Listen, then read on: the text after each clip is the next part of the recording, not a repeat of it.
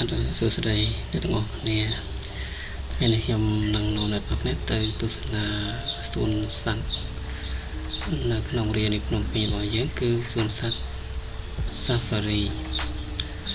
ឃើញថាមានសត្វច្រើនហើយប្លែកពិសេសគឺមានអ្នកចូលទស្សនាគួរសមដែរប៉ុន្តែថ្លៃសមុទ្រក៏រៀងគួរសមដែរប៉ុន្តែសម្រាប់តែយើងចុងសប្តាហ៍យើងមិនអាចទៅណាឆ្ងាយយើងអាចចូលទស្សនានៅកន្លែងហ្នឹងបាន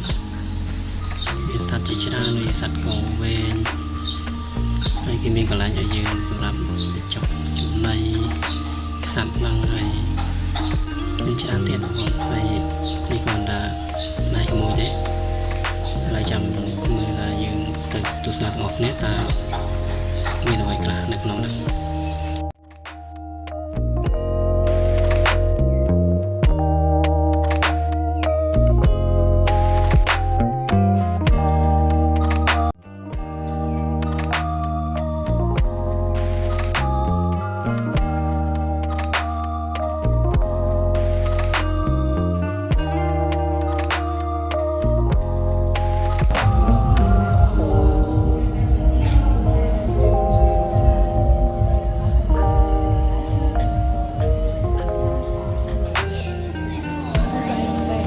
Let's go.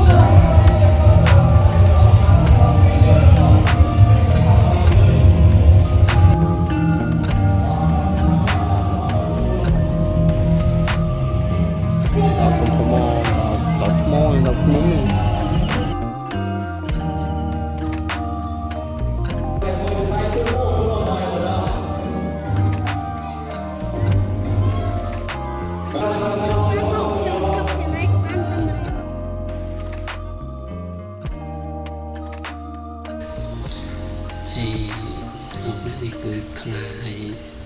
នេះគឺមានច្រើនប៉ុន្តែនេះវាប្រភេទជាខ្លាសគេដាក់វាដល់ឡែកចឹង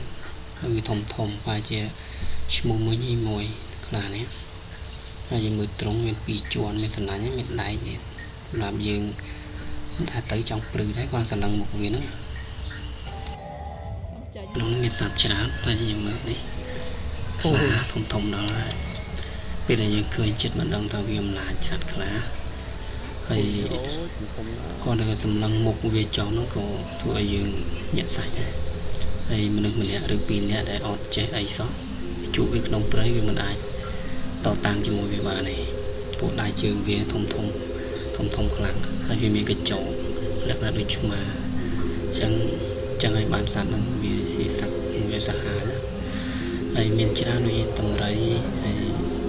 ហើយជាកពើតែគេឲ្យយើងចូលចិត្ត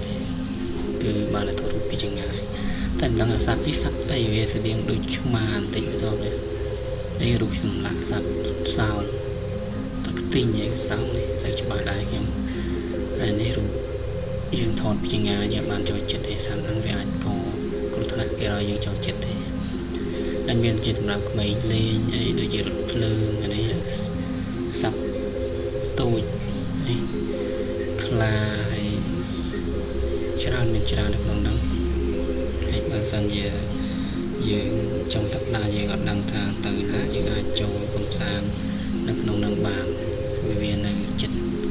យើងផងដែរវានៅចិត្តភ្នំពេញនេះជាវីដេអូផ្សេងដែលខ្ញុំបានថតវាជាតំបន់រមណីយដ្ឋានទេសចរនៅម្លេចយើងនេះ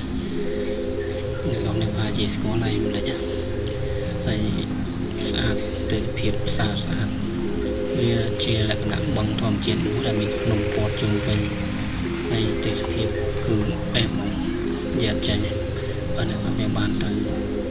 ទស្សនាបន្តមិនដឹងថាវាស្អាតប៉ុណ្ណាហើយវាជំនួយដល់ភ្នែកយើងហើយដល់ពេលដែលយើងចេញទៅសម្លឹងធម្មជាតិខៀវស្ងាត់ចឹងមានភ្នំមានព្រៃមានទឹកវាធ្វើឲ្យភ្នែកយើងវាល្អគឺដូចសិនជាយើងសម្លឹងទូរស័ព្ទកុំព្យូទ័រយូរទៅយើងប្រើអញ្ចឹងយើងមានពេលលំហែយើងទៅសម្លឹងធម្មជាតិគឺធម្មជាតិធ្វើឲ្យភ្នែកយើងគឺព្យាបាលភ្នែកអ្នកមកញោមមុំអីយើងអាចឲ្យយើងបានភ្លឺឡើងវិញណា តែ តែនេះវាគាត់ថាជាការសន្តានរបស់ខ្ញុំដោយសារខ្ញុំគិតថាវាល្អធម្មជាតិពេលដែលយើងសម្លឹងវាយូរធ្វើឲ្យផ្នែកយើងច្បាស់ជាងមុនដូចកាត់បន្ថយភាពព្រិលបានមកកម្រិតដែរចាំស្អាតដល់បងប្អូនមានទេសភាពឲ្យមានកញ្ចក់សម្រាប់កន្លែងអង្គុយលេងមានទឹកជុំឲ្យទឹកត្រជាក់ឲ្យអង្គុយលេងខ្យល់អង្គុយគឺថារ៉ូមែនទិកមែនតើហើយនេះរដូវធ្លាក់ភ្លៀងខែ5យើងនេះវា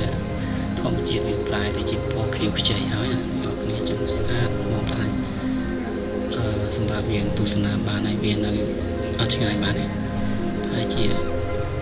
80គីឡូពីភ្នំពេញយើងទេណាអញ្ចឹងអត់មានអីទេវីដេអូនេះមានតែប៉ុណ្្នឹងអរគុណអ្នកទាំងអស់គ្នាដែលបានទស្សនាវីដេអូនេះ